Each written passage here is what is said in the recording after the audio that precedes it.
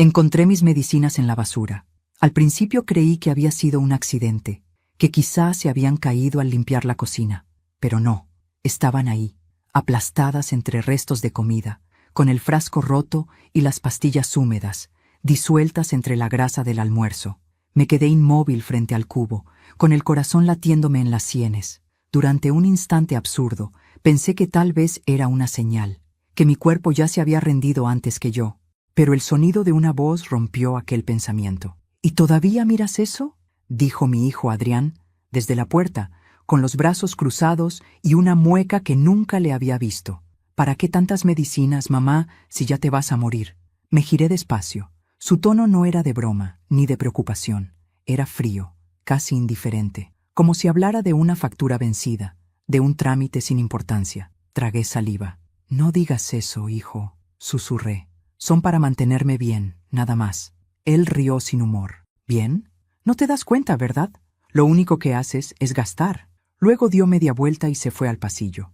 Me quedé sola, con la mirada fija en los trozos de mis medicinas, sin entender en qué momento ese niño que crié con tanto amor se había convertido en ese hombre. Me temblaban las manos, no de miedo, sino de una tristeza tan profunda que me dolía en el estómago. Apagué la luz de la cocina y me senté en la mesa. Afuera caía la tarde. Durante años, mi vida había sido cuidar. Primero a mi esposo, cuando enfermó del corazón. Luego a Adrián, cuando perdió su primer empleo y volvió a casa por un tiempo. Ese tiempo ya llevaba 6 años. Desde entonces, él había tomado el control de todo. Mis cuentas, mis compras, mis citas médicas. Yo se lo permití, porque una madre siempre piensa que lo hace por amor. Esa noche, algo dentro de mí se quebró. Pero antes de continuar, quiero hacerte una invitación muy especial. Suscríbete al canal y deja tu me gusta. Esto me ayuda a ver que me apoyas y disfrutas de mis historias. Y comenta aquí abajo desde qué ciudad nos estás viendo. Ahora, continuemos. No cené, no tenía hambre. Me encerré en mi habitación, encendí la lámpara de noche y abrí el viejo cuaderno donde solía anotar los pagos de luz y agua. En la primera página en blanco, escribí la fecha. Y debajo, una frase. Hoy descubrí que mi hijo quiere verme morir. La mano me temblaba al escribirlo. Nunca había puesto en palabras algo tan doloroso, pero hacerlo me dio cierta claridad. Había pasado demasiado tiempo justificando lo injustificable. Los gritos, las humillaciones, el silencio. Recordé cuando era niño. Adrián solía esperarme en la ventana cada tarde, agitando los brazos cuando volvía del trabajo. ¡Mi mamá!, gritaba, corriendo hacia mí con un dibujo en la mano. ¿Dónde había quedado ese amor? ¿En qué esquina del tiempo se perdió? Esa noche lo escuché hablar por teléfono en la sala. Su voz era baja, pero yo alcancé a oír una frase. Sí, lo haremos pronto. Tengo los papeles listos. Me acerqué al pasillo sin hacer ruido. No, ella no sospecha, continuó. La vieja confía en mí. No se dará cuenta. Sentí un escalofrío recorrerme la espalda. No supe si hablaba de mí, pero algo me dijo que sí. Cerré la puerta con cuidado y me senté en la cama. No podía dormir. A la mañana siguiente, fingí normalidad. Preparé el desayuno, como siempre, y esperé a que saliera de casa. Apenas cerró la puerta, fui directo al escritorio, donde él guardaba sus papeles. Revolví con cuidado. Entre facturas y sobres, encontré algo que me hizo temblar. Una solicitud bancaria a mi nombre, con una firma falsificada. Mi firma. El papel me cayó de las manos. Entonces lo entendí todo. Él no solo me despreciaba, también me estaba robando. Me miré en el espejo del pasillo. La mujer que me devolvió la mirada no era la misma que solía llorar en silencio. Tenía el cabello canoso, sí, pero los ojos firmes. Por primera vez en mucho tiempo, no sentí miedo. Sentí algo diferente. Determinación. Está bien, hijo, susurré al aire. Si crees que voy a morir pronto, vas a descubrir lo equivocada que estás. Esa tarde, mientras el sol se escondía detrás de los edificios, me senté frente al teléfono fijo de la casa. Marqué un número que no usaba desde hacía años. Una voz conocida respondió al segundo timbre. «Josefa, ¿eres tú?» «Sí, Reinaldo», tragué saliva. «Necesito tu ayuda, y prométeme que no vas a hacer preguntas». Hubo un silencio al otro lado. «Claro, Josefa. Dime dónde estás». Colgué y me quedé mirando el auricular. Por fin tenía un plan. Afuera, el viento golpeó la ventana con fuerza, y una hoja del viejo cuaderno se desprendió, cayendo al suelo. La recogí.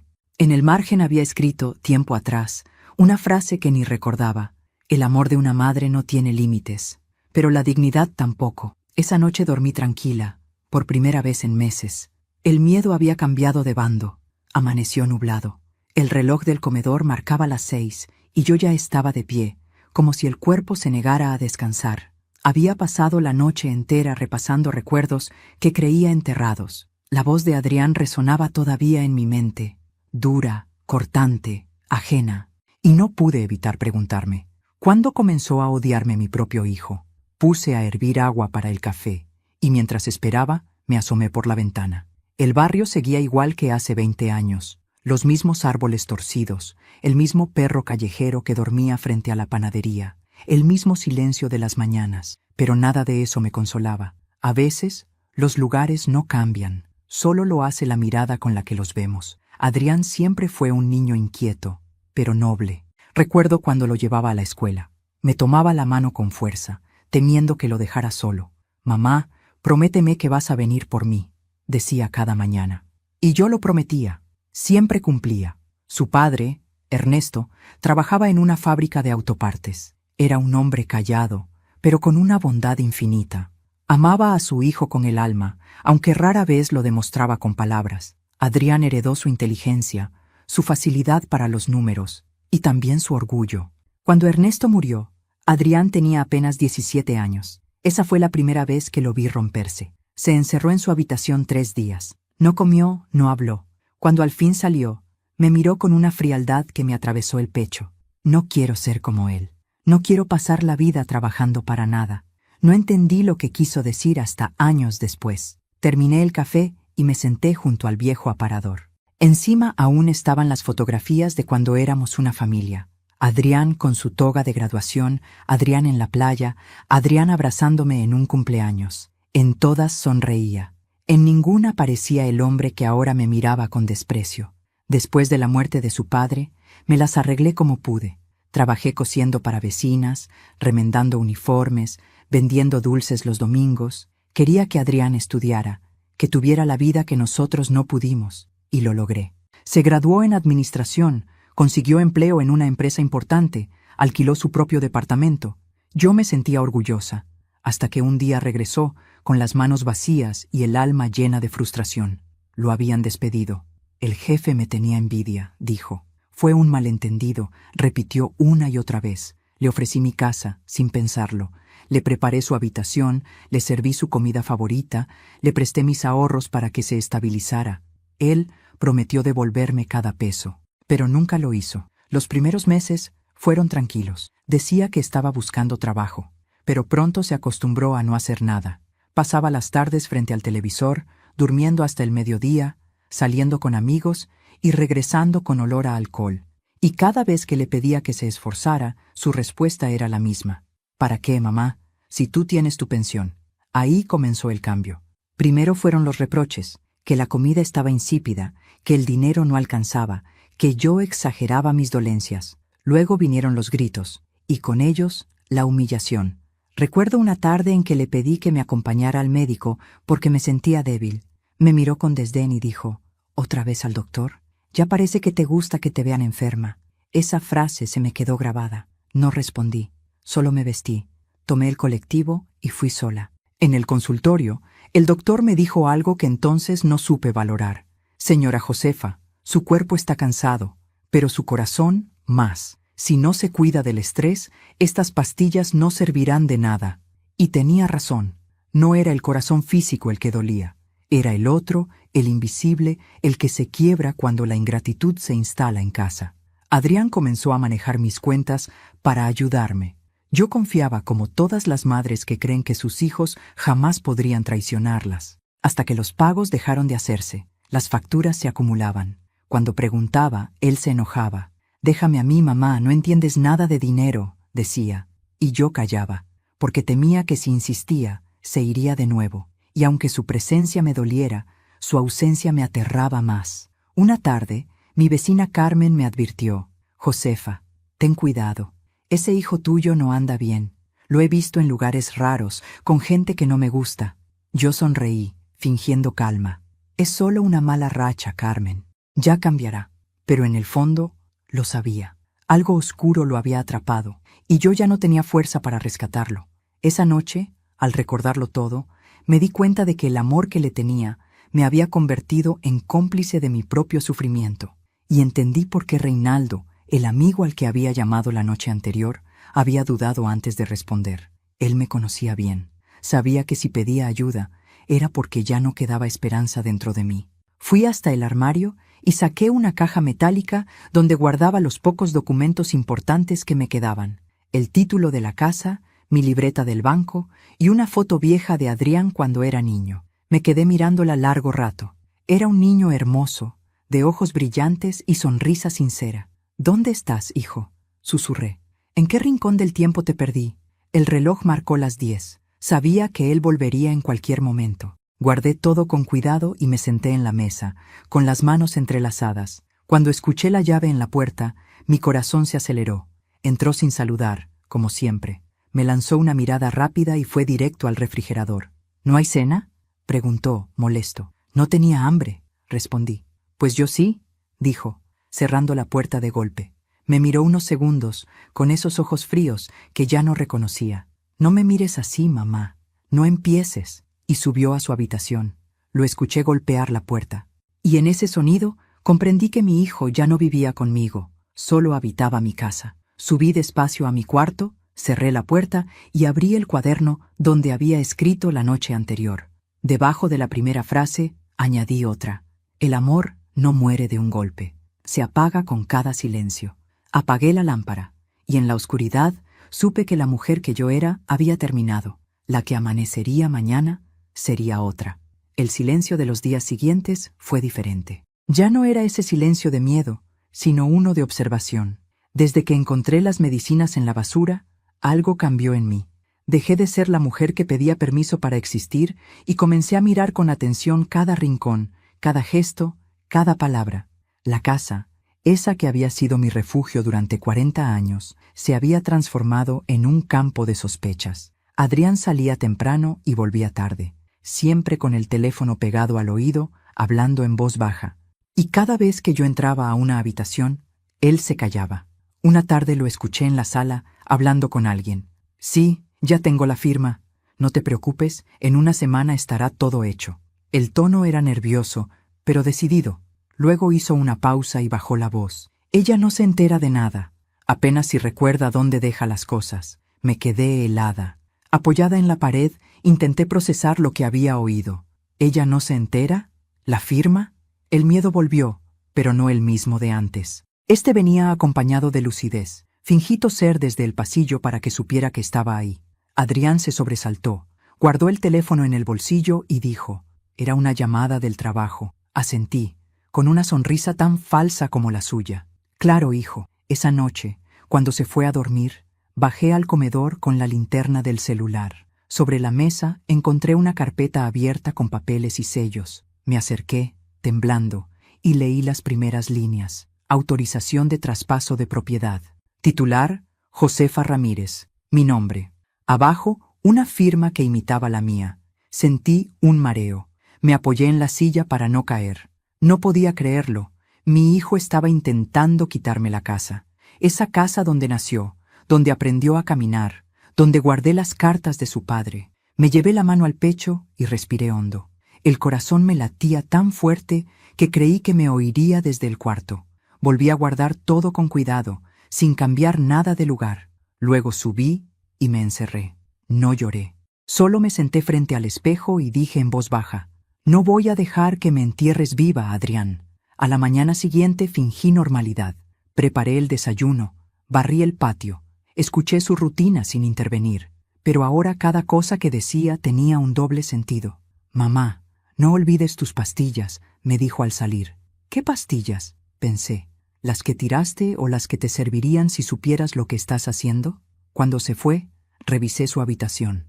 Abrí los cajones, miré bajo la cama, en la gaveta del escritorio, y allí estaba, un sobre cerrado con el logotipo de una inmobiliaria. Adentro, un contrato. Precio: $145,000. Comprador: Carlos Duarte. Firma pendiente: Josefa Ramírez. No pude respirar por unos segundos. Él había ido demasiado lejos. Ya no era un hijo enojado o un hombre perdido. Era alguien capaz de vender mi techo con la misma frialdad con que tiró mis medicinas. Cerré todo con cuidado y fui hasta mi habitación. Tomé mi vieja libreta, la que guardaba bajo el colchón. Allí, junto a las anotaciones de gastos, empecé un registro nuevo. Día 1.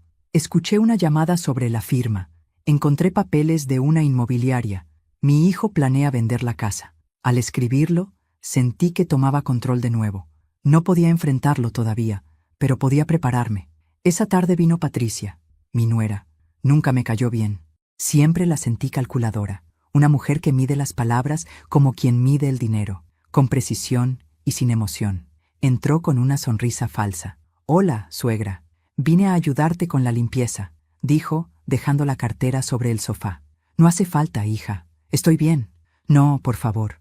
No quiero que te canses». Pero sus ojos no miraban la casa. Miraban los cajones, las repisas, las fotos. Observaba todo con atención, como si estuviera buscando algo. De pronto, se detuvo frente al retrato de Ernesto, mi difunto esposo. «¿Sabe?», dijo con una voz empalagosa. «Adrián y yo pensamos que tal vez sería mejor vender esta casa. Está muy vieja. Podrías mudarte a un lugar más cómodo, con gente de tu edad». «¿Un asilo?», pregunté, con una sonrisa controlada. «No, no», rió, bajando la mirada. «Un lugar tranquilo, donde te cuiden». Mi corazón dio un vuelco. Ahí estaba la confirmación. Ya no lo disimulaban. «Lo pensaré», respondí, fingiendo serenidad. «Hazlo pronto», añadió ella. «Adrián se preocupa mucho por ti». Cuando se fue, me senté en el sofá y cerré los ojos. El aire olía a perfume barato y traición. Esa noche, mientras el reloj marcaba las 11, escuché pasos en el pasillo. Me levanté sin hacer ruido y me asomé por la rendija. Patricia había vuelto. Estaba hablando con Adrián. «¿Y si se da cuenta?», susurró ella. «No lo hará. Está vieja, confundida. Ni siquiera entiende los papeles que firma». Me llevé la mano a la boca para no gritar. Ellos creían que mi vejez era su ventaja. No sabían que sería su condena. Esperé a que subieran a su habitación. Luego bajé despacio, descolgué el teléfono y marqué el número que había guardado en un papel. Reinaldo Gálvez, abogado, viejo amigo de mi difunto esposo. «¿Josefa?», contestó una voz ronca al otro lado. «Sí, Reinaldo. Te necesito». «¿Qué ocurre?». «No puedo explicarlo todo por teléfono, pero mi hijo está intentando vender mi casa». «¿Tienes pruebas?». «Las tendré». Hubo un silencio. «Mañana mismo paso por allí». «Pero, Josefa, hazme un favor. No firmes nada. Pase lo que pase. No firmes». Colgué, con el corazón en la garganta. Miré la sombra de Adrián en la puerta de su habitación y por un segundo sentí el deseo de entrar y gritarle todo. Pero no lo hice, porque a veces el silencio bien usado duele más que 1000 gritos. Esa noche escribí en mi libreta: Día 2. Patricia vino con excusas. Confirmé que planean internarme y vender la casa. Reinaldo vendrá mañana. No firmar nada. Esperar. Guardé la libreta bajo el colchón y apagué la luz. El corazón me dolía, sí, pero no por tristeza, por determinación. Por primera vez en años, no era una víctima. Era una mujer que iba a recuperar su voz. Y mientras el sueño me vencía, pensé en una sola cosa. Ellos creen que soy débil porque me tiemblan las manos, pero aún no saben lo firme que late mi corazón. La mañana siguiente amaneció más clara de lo habitual, como si el cielo hubiera decidido darme un respiro. Me desperté temprano, preparé café y esperé. El reloj del comedor marcó las 8 cuando escuché el timbre. Abrí la puerta y allí estaba Reinaldo Gálvez, exactamente como lo recordaba. Alto, cabello gris, mirada firme y esa voz pausada que siempre imponía respeto. Había sido amigo de mi esposo durante más de 20 años y abogado de confianza de la familia. «Josefa», dijo, tomándome las manos. «¿Cuánto tiempo?». «Gracias por venir, Reinaldo», le respondí, conteniendo el temblor en mi voz. No sabía a quién más acudir. Entró sin hacer preguntas. Lo conduje a la sala y allí le mostré todo. La carpeta con los papeles, la solicitud bancaria, los contratos de compraventa, las firmas falsas. Reinaldo revisó cada documento con detenimiento. Cuando levantó la vista, su expresión se endureció. «Esto es serio, Josefa, muy serio». «¿Qué puedo hacer?», pregunté. «Por ahora, nada. Vamos a dejar que ellos crean que todo sigue igual». Pero necesito pruebas sólidas, grabaciones, testigos, algo que los incrimine sin margen de duda. Asentí en silencio. Por un momento, sentí que el peso de todos esos años comenzaba a moverse de mis hombros. Ya no estaba sola. Reinaldo se inclinó hacia mí. Confías demasiado, Josefa, pero ahora te toca observar. No confrontes, no llores, no pidas explicaciones, solo escucha. ¿Y si sospechan? Entonces ya sabremos que estamos cerca de descubrirlos. Tomó notas rápidas y antes de irse, me entregó una pequeña grabadora digital. Guárdala siempre contigo. Si tienes oportunidad de registrar algo, hazlo. La verdad, cuando se graba, se vuelve indestructible. Ese día fue largo. Adrián no regresó hasta casi la medianoche. Venía de mal humor, con olor a alcohol y a perfume ajeno. Tiró las llaves sobre la mesa y me miró con una mezcla de desprecio y cansancio. «¿Qué haces despierta?», gruñó. «No podía dormir», respondí, fingiendo calma. «Quería hablar contigo». «¿Otra vez tus dramas?» «Estoy cansado, mamá». Se sirvió un vaso de agua y se dejó caer en el sofá. Entonces, sin que lo notara, activé la grabadora que tenía en el bolsillo del delantal. «Hijo», dije con voz suave, «encontré unos papeles tuyos». Él me lanzó una mirada fría. «¿Qué papeles?» «Unos de la inmobiliaria». Decían mi nombre. Adrián rió, una risa que me heló la sangre. «Eres increíble. Ya ni recuerdas lo que firmas». «¿Qué quieres decir?», pregunté temblando. «Que no te preocupes. Todo está bajo control». Su tono era tan arrogante que me dieron ganas de gritarle, de decirle que sabía la verdad. Pero recordé las palabras de Reinaldo. «No confrontes, solo escucha». «Está bien, hijo», dije bajando la mirada. «Confío en ti». «Como debe ser», respondió vaciando el vaso y subiendo las escaleras. Cuando escuché su puerta cerrarse, apagué la grabadora y la guardé. Sabía que aquel audio, aunque breve, era suficiente para probar su manipulación. A la mañana siguiente, Reinaldo me llamó. «Josefa, necesito que resistas un poco más. He revisado los registros del catastro y efectivamente hay una solicitud de transferencia a nombre de un comprador llamado Carlos Duarte. Pero la transacción está en pausa porque falta una firma notariada». «¿Qué significa eso?» «Que van a insistirte pronto para firmar, y cuando lo hagan, ahí debemos actuar». Colgué con el corazón acelerado. Sabía que la prueba definitiva estaba cerca. No pasaron ni 2 días. Patricia apareció con una sonrisa que me resultó insoportable. «Suegra, mire lo que traje», dijo, levantando un sobre. «Son unos papeles que Adrián necesita que firme». «¿Qué papeles?» «Nada grave. Es solo una actualización del seguro de la casa». La miré fijamente, sin pestañear. «¿Puedo leerlos primero?», pregunté. «Claro, claro», respondió con una risa nerviosa. «Pero no los entienda mal». «¿Sí?». Los abrí con calma. Eran los mismos documentos de la inmobiliaria, pero esta vez con los sellos oficiales del notario. Mi nombre, mi dirección, mi supuesta firma, todo allí, esperando una rúbrica más. Entonces hice lo que una madre herida, pero cuerda, debía hacer. Me levanté despacio, tomé mis lentes y dije: «Sabes, Patricia, creo que prefiero firmar esto con mi abogado presente». Ella palideció. «¿Tu abogado? ¿Cuál abogado?» «Reinaldo Gálvez. Lo conoces, ¿no? Era el mejor amigo de Ernesto». Su rostro se desfiguró en una mueca de sorpresa. Intentó sonreír, pero le temblaron los labios. «No hace falta, suegra. Es un trámite pequeño. Aún así, quiero hacerlo bien», dije, doblando los papeles con cuidado. «No querrás que cometa un error, ¿verdad?». Los guardé en una carpeta y me fui a mi habitación. Allí encendí la grabadora y registré mi relato del día, palabra por palabra. Entrada 3. Patricia trajo los documentos. «Miente», dijo que eran del seguro. «Confirmado. Quieren mi firma para vender la casa». Esa noche, Adrián entró en mi cuarto sin tocar la puerta.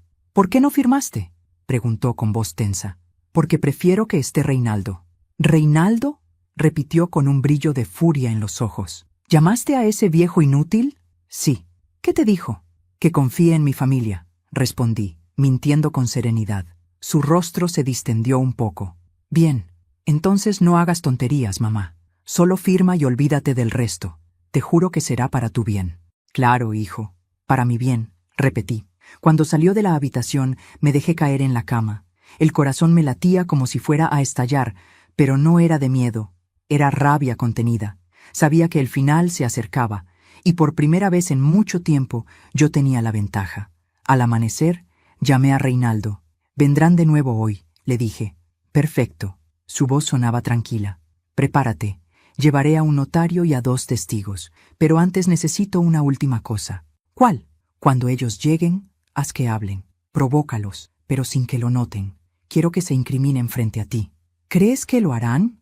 La codicia siempre habla de más, Josefa. Siempre. Colgué, respiré hondo y miré mi reflejo en el espejo. No era la mujer débil que había soportado humillaciones durante años. Era una madre decidida a defender lo que le quedaba. Me arreglé el cabello, me puse un vestido limpio y bajé las escaleras. El día estaba nublado, pero dentro de mí había una claridad nueva. Esa mañana no me temblaban las manos, me temblaba el alma, pero de fuerza. Cuando escuché el motor del auto de Adrián, supe que había llegado la hora. Lo que él ignoraba era que el juego ya no se jugaba con sus reglas. El reloj marcaba la 1 de la tarde cuando el olor del guiso comenzó a llenar la casa. Puse la mesa con calma, sin prisa. Cada plato, cada cubierto, cada servilleta tenía un propósito. Era la primera vez en muchos años que servía un almuerzo familiar con una sonrisa sincera, aunque la razón de esa sonrisa fuera la venganza y no la alegría. A las 2 en punto, el timbre sonó. Abrí la puerta y allí estaban Adrián y Patricia, tomados de la mano, fingiendo la armonía que hacía tiempo habían perdido. «Qué raro que prepares algo tan grande», dijo mi nuera, mirando la mesa servida. «¿Alguna ocasión especial?» «Sí», respondí, mirándolos con serenidad. «Hoy quiero celebrar que la familia sigue unida, a pesar de todo». Adrián arqueó una ceja, desconfiado. «¿Qué estás tramando, mamá?» «Nada, hijo», le respondí con voz tranquila. «Solo pensé que merecíamos comer juntos, como antes». Les pedí que se sentaran. El ambiente era tenso, casi irrespirable. El sonido de los cubiertos chocando con los platos se mezclaba con un silencio incómodo, lleno de palabras que ninguno se atrevía a pronunciar. Yo sabía que Reinaldo estaba escondido en la habitación contigua, detrás de la puerta entreabierta, con la grabadora lista. Había llegado media hora antes, haciéndose pasar por un inspector del gas. Acordamos una señal. Cuando yo preguntara, ¿recuerdan lo que me dijeron aquella noche? Él activaría el dispositivo. Comimos en silencio durante varios minutos, hasta que Adrián, incapaz de fingir más, soltó. «Bueno, mamá, ¿podemos hablar del papeleo?» «¿Qué papeleo?», pregunté, fingiendo inocencia. «El del seguro», intervino Patricia, sonriendo con nerviosismo. «El que necesita tu firma, ¿recuerdas?» «Ah, sí», respondí, alzando la vista hacia ellos. «Ese». Los miré fijamente y añadí con calma. «¿Recuerdan lo que me dijeron aquella noche?» Esa fue la señal. En el pasillo, un leve clic confirmó que la grabadora estaba en marcha. Adrián frunció el ceño. «¿De qué hablas?» «De la noche en que los escuché planeando vender esta casa», dije despacio, palabra por palabra. «De cuando dijiste que la vieja no se entera de nada». Su rostro se tensó. «Eso no es cierto. Entonces no tendrás problema en explicarle eso a Reinaldo, ¿verdad?» Patricia palideció. «¿Quién es Reinaldo?» «Mi abogado», respondí, sin apartar la mirada. El silencio que siguió fue casi poético. Adrián se levantó de golpe. La silla cayó hacia atrás. «¿Lo llamaste?», gritó, furioso. «No tenías derecho». «Tenía todos los derechos, hijo», dije levantándome lentamente, «porque esta casa es mía. Porque esta firma», levanté los papeles falsos, «no me pertenece». Él se quedó paralizado, con el rostro desencajado. «No sabes lo que estás haciendo». «Al contrario», susurré. «Por fin sé exactamente lo que hago». Fue entonces cuando Reinaldo apareció por el pasillo, acompañado de un hombre mayor con un maletín y una mujer joven que llevaba una cámara. «Buenas tardes», dijo Reinaldo con voz firme. «Soy el licenciado Gálvez. Usted debe ser Adrián Ramírez». Mi hijo palideció. «¿Qué significa esto?» «Significa», respondió Reinaldo, «que tenemos grabaciones, documentos falsificados y testigos suficientes para llevar esto ante un juez». Patricia intentó intervenir. «Todo fue un malentendido». «No lo creo», la interrumpió el notario. «Aquí está la copia del contrato de venta y la firma falsificada. Coincide con el documento que el comprador presentó hace 3 días». Adrián respiró con dificultad, mirando a su alrededor como un animal acorralado. «Mamá», balbuceó, «yo solo quería asegurar tu futuro». «¿Mi futuro o tu comodidad?», pregunté, mirándolo directo a los ojos. Me quitaste mis medicinas, mis ahorros y casi mi dignidad. Pero hay algo que nunca vas a poder quitarme: la verdad. Las lágrimas comenzaron a caer por mi rostro, pero mi voz no tembló. Esta casa no te pertenece, Adrián. Ni el dinero, ni mis recuerdos, ni mi vida. Reinaldo colocó la grabadora sobre la mesa y pulsó play. La voz de Adrián llenó la sala. Ella no se entera de nada. La vieja confía en mí. El sonido fue como un disparo. Patricia se cubrió el rostro con las manos. Adrián se derrumbó en la silla. Por primera vez lo vi sin poder, sin control, sin orgullo. Pero antes de continuar, dime aquí en los comentarios qué te está pareciendo esta historia hasta ahora y qué harías tú en mi lugar. No te vayas del video, porque lo que viene a continuación te pondrá la piel de gallina. Reinaldo apagó la grabadora y me miró con ternura. Ya está, Josefa. Tienes todo lo que necesitábamos. ¿Qué pasará ahora?, pregunté. Eso depende de ti. Puedes denunciarlo, o puedes darle una lección más grande.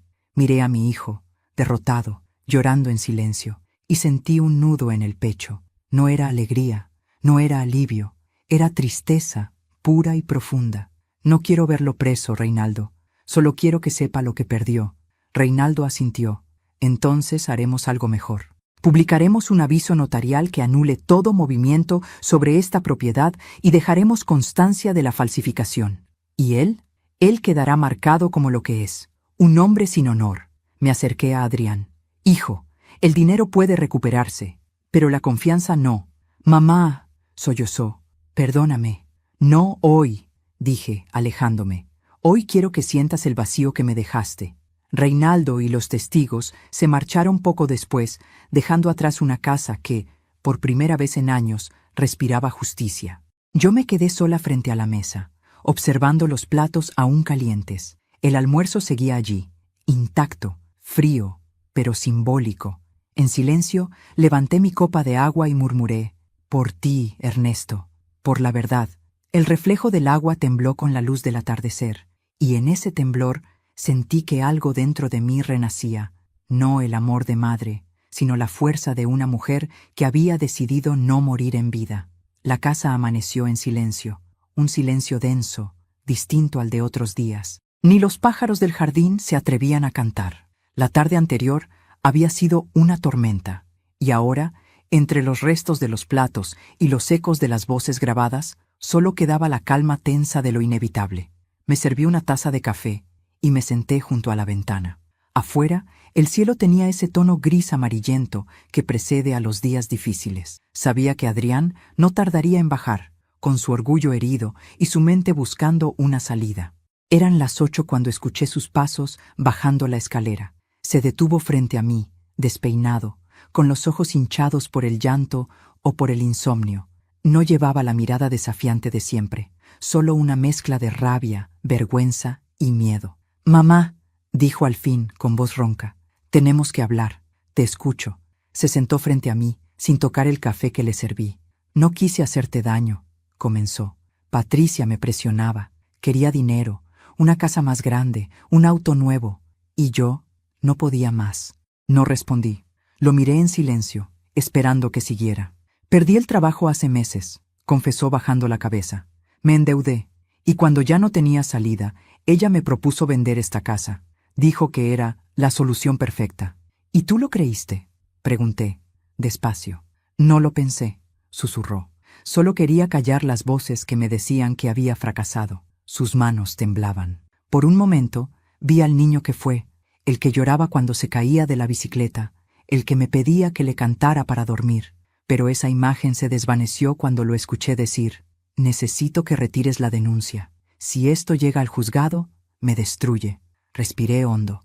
«¿Y qué hay de lo que tú destruiste, Adrián?», pregunté con firmeza. «¿Mi confianza? ¿Mis años de sacrificio? ¿El amor que te di sin condiciones?». No respondió. La vergüenza lo ahogaba. Me levanté, caminé hasta el aparador y tomé la vieja foto familiar donde estábamos los tres: Ernesto, él y yo. «Tu padre te habría perdonado», dije mirándolo a los ojos. «Pero yo no soy tu padre». Adrián apretó los puños. «¿Entonces qué vas a hacer? ¿Verme hundirme?». «No, hijo. Voy a dejar que la vida te muestre lo que yo no pude enseñarte». En ese instante, la puerta se abrió con violencia. Patricia entró, nerviosa, agitada. «¿Qué hiciste, Adrián?», le gritó. «El notario me llamó. Dice que todo está anulado y que ahora somos sospechosos». Él la miró con una mezcla de miedo y furia. «Tú me metiste en esto. Yo te advertí que no confiara en tu madre», le devolvió con veneno en la voz. «Pero claro, creíste que podías manipularla como siempre». Los observé discutir como dos desconocidos. Ella no disimulaba su desprecio. «Eres un cobarde», le escupió. «Ni siquiera tuviste el valor de falsificar bien una firma». Adrián la tomó del brazo, pero ella se soltó. «Suéltame», gritó. «Ya bastante tengo con haber arruinado mi vida por ti». Y entonces, antes de salir, me miró con una sonrisa amarga. «Felicidades, suegra». Se quedó con todo. Cerró la puerta de un portazo. El silencio volvió. Adrián se dejó caer en la silla, derrotado.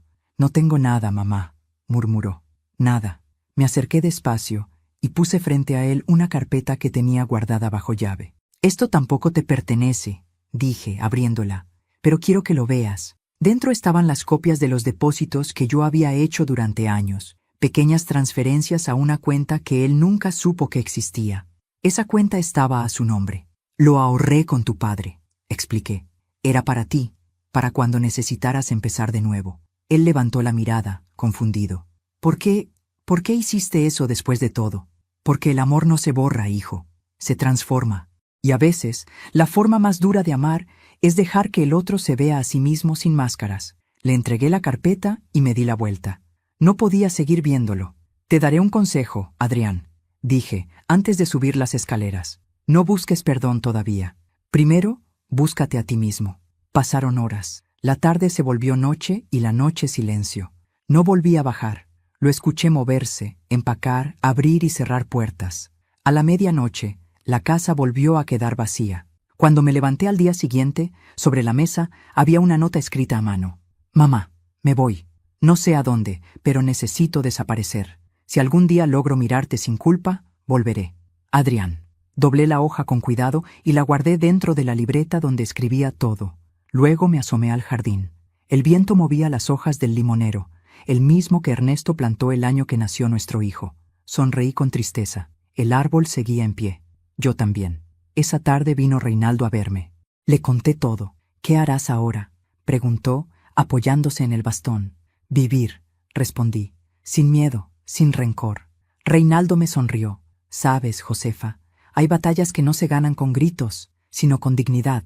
«Entonces ya gané», dije mirando por la ventana, «porque lo perdí todo, menos eso». Esa noche, antes de dormir, escribí la última entrada del día. Día 6, se fue. Y aunque la casa está vacía, por primera vez no siento miedo. Me quedó lo que de verdad importa, mi paz. Apagué la luz y dejé que el silencio llenara la habitación. Pero antes de cerrar los ojos, susurré una frase que había repetido en mis oraciones durante años. «Gracias, Dios mío, por devolverme lo que creí perdido, mi valor». Y dormí profundamente, no como una víctima, sino como una mujer que, por fin, había recuperado su voz. Habían pasado 3 meses desde que Adrián se fue. El tiempo, que antes me resultaba insoportable, ahora tenía otro ritmo. La casa estaba en calma. El sol entraba todas las mañanas por la ventana del comedor y el aire olía a café recién hecho y a libertad. Pero la paz, como todo en la vida, tiene un precio. El silencio que tanto había deseado empezó a volverse espeso. A veces, mientras tejía o regaba las plantas, me sorprendía hablando sola, imaginando que Adrián respondía desde el pasillo con su tono arrogante de siempre. Y aunque sabía que no debía hacerlo, me descubrí deseando escuchar su voz otra vez. Una tarde de junio, Reinaldo vino a visitarme. Traía una bolsa con pan dulce y una sonrisa amable. «Te ves mejor, Josefa», me dijo. «Hay algo distinto en ti». «Supongo que la ausencia de gritos rejuvenece», bromeé, aunque en el fondo me dolía la verdad que escondía esa frase. Nos sentamos en el jardín, bajo la sombra del limonero. El viento movía las hojas con una suavidad que recordaba a las manos de Ernesto cuando me peinaba. «¿Supiste algo de Adrián?», preguntó Reinaldo con cuidado. «Nada», respondí bajando la mirada, «pero no lo espero. Él eligió su camino». Reinaldo asintió en silencio. Luego sacó del bolsillo una carta doblada. «Llegó esto a mi oficina», dijo, extendiéndola hacia mí. «Está dirigida a ti». La tomé con las manos temblorosas. El sobre estaba arrugado, manchado de café. Reconocí la letra al instante. Era la de mi hijo. Lo miré, buscando fuerza. ¿La leo?, pregunté. Solo si estás lista. La abrí despacio. Las primeras líneas estaban torcidas, como si las hubiera escrito deprisa. Mamá, no sé por dónde empezar. No espero que me perdones, pero necesito que sepas que estoy vivo. Estoy trabajando en un taller mecánico en otra ciudad. No es mucho, pero por primera vez siento que sirvo para algo. A veces cierro los ojos y me acuerdo de cómo olías a jabón y café por las mañanas. Me duele haber convertido tu amor en mi vergüenza. Cuídate, por favor. Adrián. Las letras se emborronaban con mis lágrimas. Durante años había soñado con una disculpa, y ahora que la tenía, no sabía qué hacer con ella. Reinaldo me observaba en silencio. ¿Qué vas a hacer?, preguntó. Nada, respondí, limpiándome las mejillas. El perdón no se responde con cartas, se demuestra con hechos. Doblé la hoja con cuidado y la guardé en mi libreta. Allí, entre mis anotaciones, escribí: a veces el silencio es la única respuesta que enseña. Los días pasaron lentos. Una tarde, al regresar del mercado, vi una figura parada frente a la verja. Por un segundo, creí que el tiempo me jugaba una mala pasada. Era Adrián, más delgado, con barba, la ropa gastada y los ojos cansados. No se atrevió a entrar. Solo levantó la mano en un saludo torpe. Me quedé en el portal, observándolo. El hijo que había criado estaba allí, pero ya no era el mismo. ¿Puedo pasar?, preguntó, con voz baja. Eso depende, le respondí. ¿Vienes como mi hijo o como mi ladrón? Bajó la cabeza. Como tu hijo. Le abrí la puerta. Entró despacio, mirando todo como si fuera un museo de su propia culpa. Nada ha cambiado, dijo. Sí, le corregí. Yo cambié. Nos sentamos en la mesa del comedor, la misma donde había intentado engañarme meses atrás. No había café, ni pan, ni platos servidos, solo nosotros y la verdad. He estado trabajando, dijo, rompiendo el silencio. Gano poco, pero es honesto. Asentí, sin decir nada. Quería verte. ¿Por qué? Porque no puedo dormir sabiendo lo que te hice. ¿Y si te perdono, podrás dormir?, pregunté. No lo sé, respondió con los ojos vidriosos, pero al menos podré mirarte sin sentirme basura. Me quedé callada un momento. Luego, sin pensar, me levanté y fui hasta el aparador. Saqué el frasco de medicinas, el mismo tipo que él había tirado meses atrás. Lo puse frente a él. ¿Recuerdas esto? Sí, susurró avergonzado. Esa vez no me mataste, Adrián, pero me hiciste desear morir. Él apretó los ojos, conteniendo el llanto. Lo sé, y lo voy a cargar toda la vida. Respiré hondo. No quiero que cargues nada, solo quiero que aprendas. ¿Me perdonas?, preguntó. No todavía, respondí con calma. El perdón no es un regalo, es un proceso. Nos quedamos en silencio. El reloj marcaba las 5, y la luz del atardecer entraba dorada por la ventana. Por primera vez en mucho tiempo, no sentí rabia, solo cansancio y una extraña ternura. Te voy a dejar algo, mamá, dijo, sacando un sobre del bolsillo. Es dinero, lo poco que tengo. Guárdalo, le dije. No necesito nada tuyo. No es para comprar tu perdón, replicó. Es para ayudar con la casa. Ya tienes bastante con ayudarte a ti mismo. Se levantó, inseguro. ¿Puedo volver algún día? Si el hombre que vuelva no es el que se fue, respondí. Sí, lo acompañé hasta la puerta. Cuando salió, se detuvo un momento y dijo sin mirarme. Gracias por no denunciarme. Gracias por irte a tiempo, contesté, y lo vi alejarse por la calle, caminando despacio, con el peso de su pasado sobre los hombros. Esa noche, al cerrar las ventanas, sentí que algo se había liberado dentro de mí. La rabia, la tristeza, el miedo, todo se había ido. Solo quedaba el eco de un amor cansado, pero vivo. Me senté frente a la libreta y escribí. Día 7. El silencio tiene precio, pero el perdón lo vale. No he olvidado, pero ya no duele. Cerré la libreta, apagué la luz y miré al cielo a través de la ventana. Una estrella brillaba solitaria, firme, igual que yo. Los días se fueron deslizando lentos, como hojas que caen en otoño. Desde la visita de Adrián, el tiempo parecía avanzar con otra cadencia. Ya no había sobresaltos, ni gritos, ni miradas de desprecio, solo silencio. Y aunque siempre soñé con tener paz, pronto descubrí que el silencio también puede doler. Cada rincón de la casa parecía recordarme lo que había sido. El sillón donde él veía televisión, la taza azul que usaba por las mañanas, la puerta de su habitación, cerrada, pero llena de fantasmas. Durante años viví por él, y ahora, con su ausencia, no sabía del todo cómo vivir para mí. Encendía la radio para escuchar voces, aunque no prestara atención. Cocinaba de más, como si todavía esperara un plato que llenar. Por las noches, hablaba con Ernesto, como si aún pudiera oírme. «Viejo, lo logré», le decía. Nuestro hijo entendió, aunque haya sido a golpes de realidad, pero cuando apagaba la luz, el eco de mis propias palabras me hacía llorar, porque en el fondo seguía sintiendo una punzada que no era odio ni rencor. Era la ausencia, la cruel certeza de que el amor no muere, solo cambia de lugar. Una mañana, mientras regaba las plantas del jardín, Carmen, mi vecina, cruzó la cerca. «Josefa, te veo flaquita. ¿Estás bien?» «Estoy en proceso», le respondí con una sonrisa débil. «Supe lo de Adrián», dijo bajando la voz. «Dicen que lo vieron trabajando en el taller de don Ramiro». «Sí, lo sé. Vino hace unos días. ¿Y te pidió perdón?» «Lo intentó», suspiré. «Pero el perdón no se pide. Se merece». Carmen asintió en silencio. Me ofreció acompañarme al mercado, pero preferí quedarme. Quería aprender a estar sola sin sentirme vacía. Ese día, mientras limpiaba la habitación de Adrián, encontré algo que me hizo detenerme. Una cajita de madera en el fondo del armario. Dentro había fotos viejas, un dibujo infantil con la frase «Te amo, mamá», y un recibo arrugado de hace poco tiempo. Lo alicé y leí. Depósito, 5,000 pesos. Destinatario, Hogar San Rafael, Fundación de Ancianos. Por un instante, creí que no entendía bien. ¿Adrián donando dinero? El mismo hombre que quiso vender la casa había hecho un donativo a un asilo. Sentí un nudo en la garganta. Quizá, después de todo, estaba intentando cambiar. Guardé el recibo en mi libreta y me senté en la cama. Por primera vez, recé sin enojo. No pedí justicia, pedí luz para él. Pasaron las semanas. El otoño empezó a teñir los árboles del barrio. Una tarde, el cartero tocó la puerta con una carta en la mano.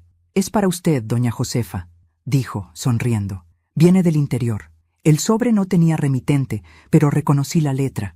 Era de Adrián otra vez. La abrí con las manos temblorosas. «Mamá, sé que tal vez no quieras saber de mí, pero esta vez no te escribo para pedir, sino para dar. Conocí a una señora en el taller.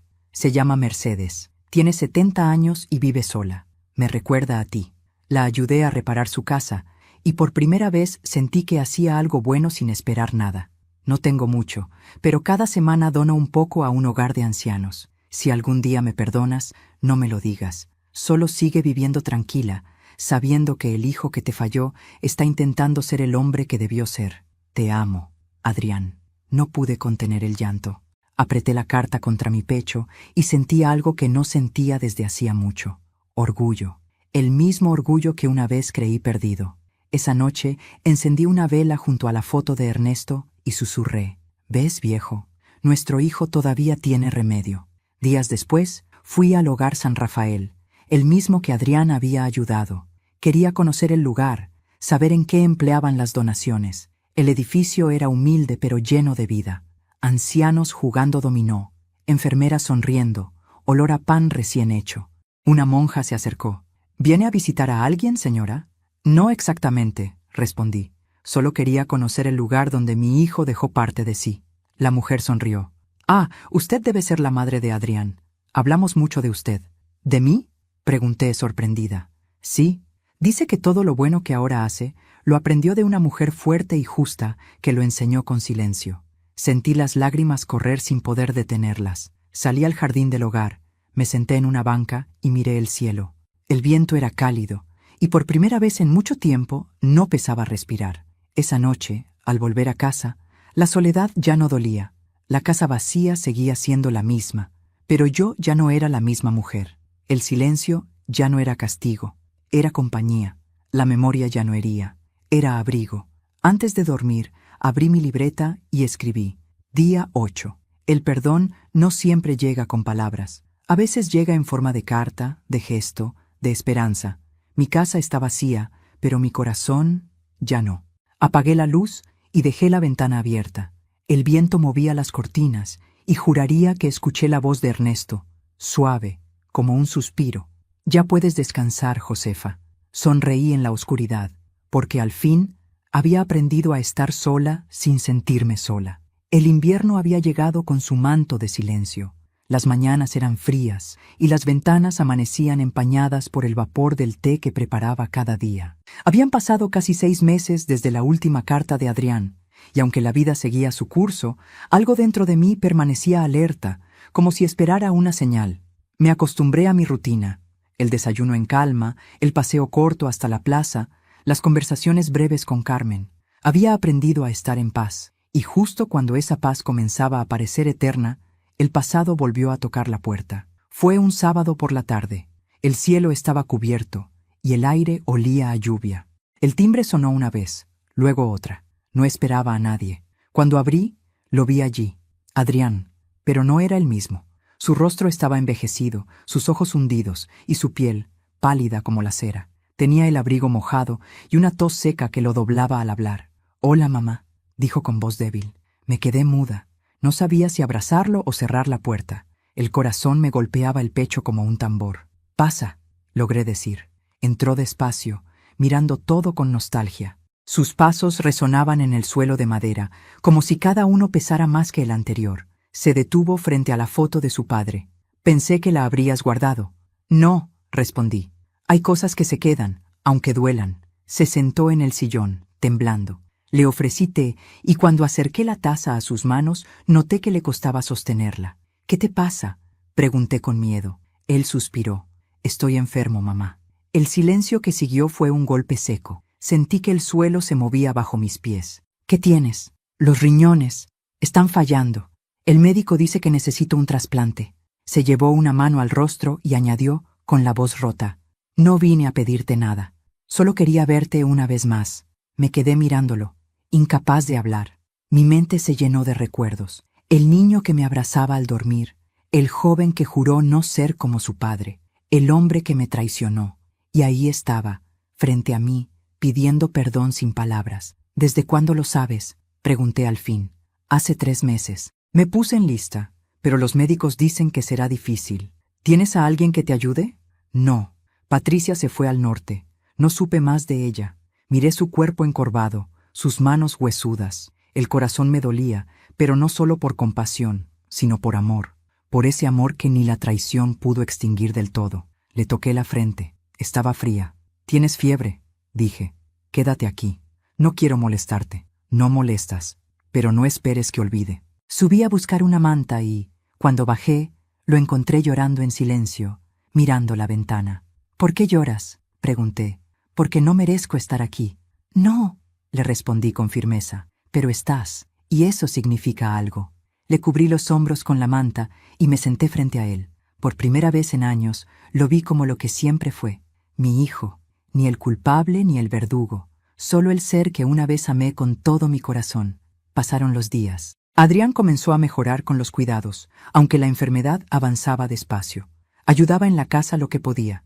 Arreglaba una silla, barría el patio, encendía la chimenea. A veces hablábamos, otras, el silencio bastaba. Una noche, mientras lavábamos los platos, me dijo: «He pensado mucho en ti, mamá, en todo lo que hice». «Yo también he pensado mucho en ti», le respondí.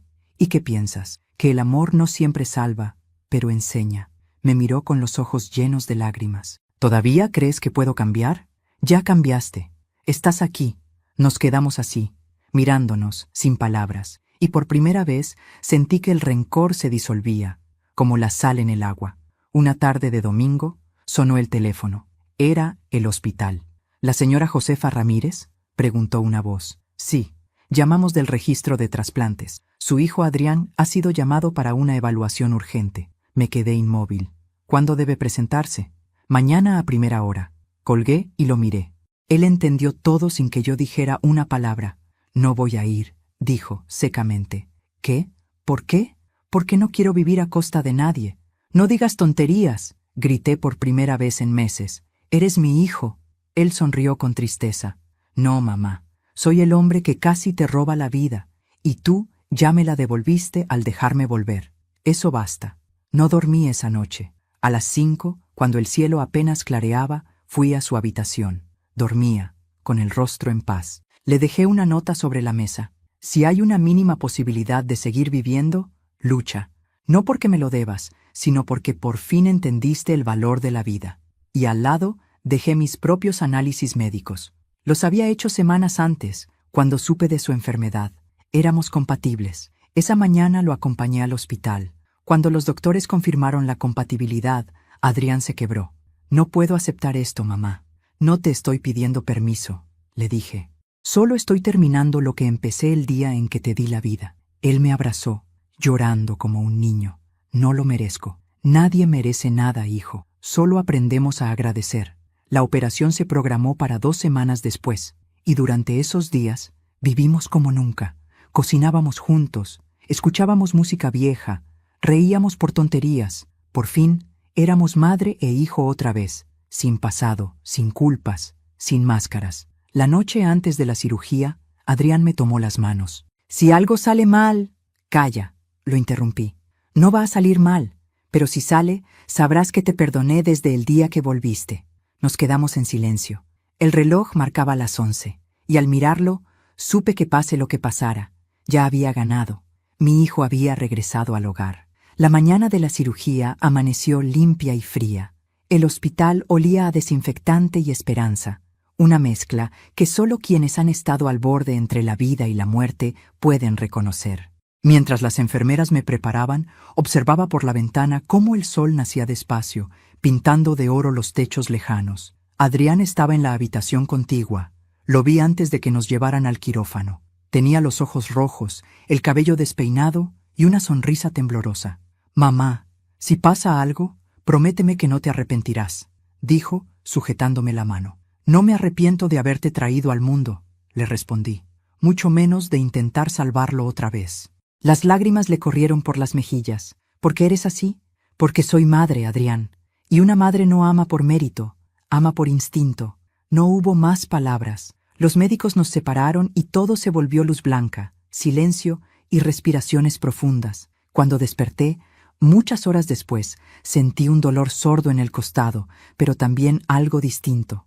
Paz. La habitación estaba vacía. Solo una enfermera acomodaba los tubos a mi lado. «¿Mi hijo?», pregunté, apenas con voz. Ella sonrió. «Salió bien. Está descansando. Es fuerte, igual que usted». Cerré los ojos y lloré, no por el dolor físico, sino por la certeza de que, por fin, todo había valido la pena. Pasaron los días. Nos dieron de alta casi al mismo tiempo. Adrián insistía en cuidarme, pero yo lo detenía. «Ahora tú necesitas sanar», le decía. Yo ya sané hace tiempo, solo no lo sabía. El médico nos recomendó reposo y revisiones semanales. A veces lo veía dormirse en el sofá, con los brazos cruzados sobre el pecho, y pensaba que la vida nos había dado una segunda oportunidad que pocos reciben. Una tarde, mientras tomábamos té en el jardín, él rompió el silencio. «¿Sabes qué me salvó de verdad, mamá? ¿El trasplante?» «No, tu perdón». Me miró a los ojos. «Lo sentí antes de que lo dijeras». Sonreí. «El perdón es como el aire, hijo. No se ve, pero cuando falta, todo muere».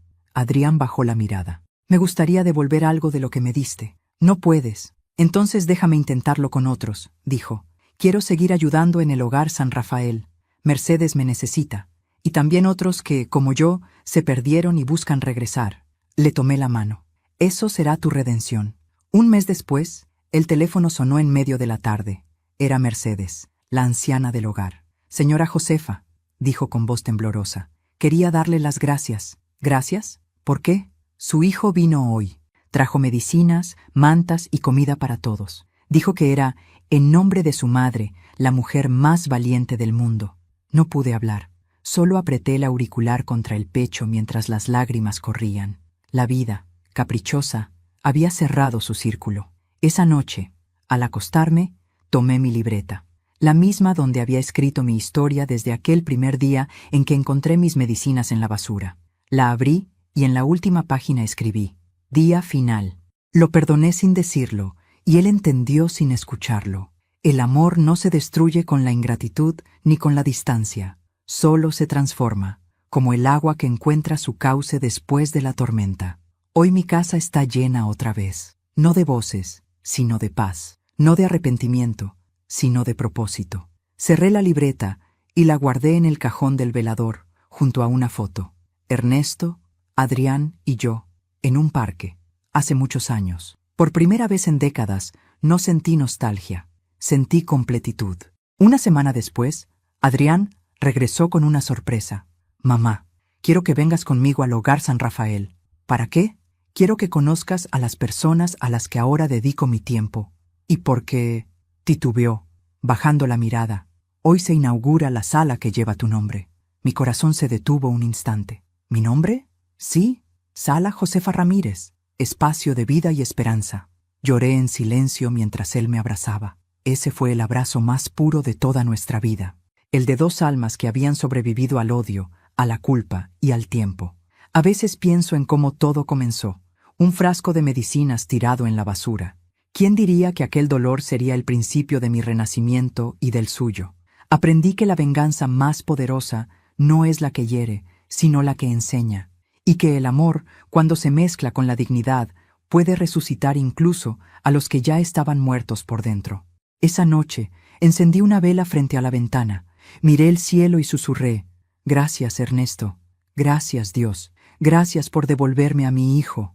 Cerré los ojos, respiré hondo y sonreí, porque, después de tanto dolor, la vida me devolvía la calma que siempre soñé. Soy Josefa, y esta fue mi historia. Si te conmovió, suscríbete al canal, dale me gusta al video y comenta aquí abajo desde qué ciudad nos estás viendo. Tu apoyo mantiene vivas historias como la mía, historias de dolor, redención y segundas oportunidades.